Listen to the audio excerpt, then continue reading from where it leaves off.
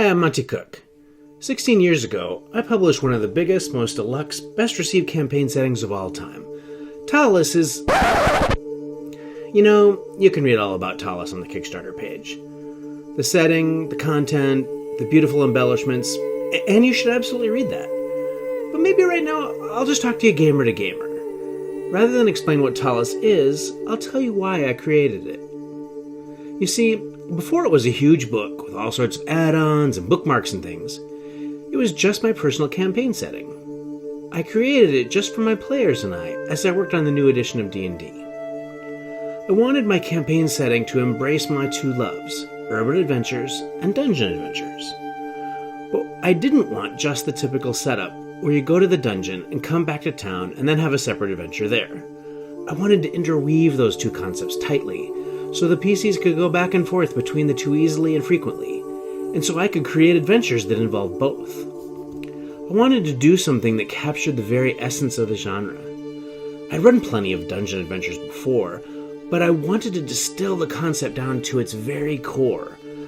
I wanted a dungeon, but something so big that different groups go down into it all the time. Sometimes they make it back, sometimes they don't. I wanted the dungeon as its own kind of wilderness to be explored. To tie this into an urban setting, I wanted to capture the feeling of a gold rush town. But instead of people mining for gold, they're exploring a newly discovered mega dungeon. I populated the city with people and groups that would interact in interesting ways with both the dungeon delvers and the dungeon itself. So it's a big, storied city that turns out to be built above a massive system of underground tunnels, passages, and chambers. And then, atop the whole thing, I put the Spire. The Spire makes it a campaign setting where the big, climactic end of the campaign, which is the tower at the top of the Spire, hangs over everyone's head, both literally and metaphorically, even at level 1. By the time I made Ptolus into a product, I'd been playing in that world for 6 years or so, and for much of that time, I was playing twice a week. That means I had a really good idea of what GMs would need to run games in that city. I knew what the players would look for and need. I included quick descriptions for common NPCs the PCs might encounter in a particular district. I created page references in the margins so that when a character, group, item, or location is mentioned, you know immediately where you can find more information on that. I created diagrams that show how the various organizations in the city interrelate.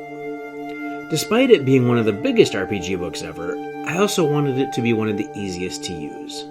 I'm gratified to have heard over the years that GMs have found it to be as fun and useful as I'd hoped.